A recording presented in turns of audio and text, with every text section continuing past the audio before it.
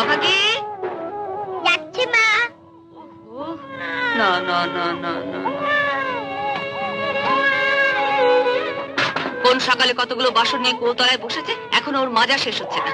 না না না না, ষাট ষাট ষাট। অত চেঁচামেচি না করে তুমিও তো দুধটা গরম করে নিতে পারতে। থামো, আমি যদি সব করবো তাহলে তোমার ওই বড় মেয়েটিকে গেলার জন্য বাড়িতে আছে? না না না না,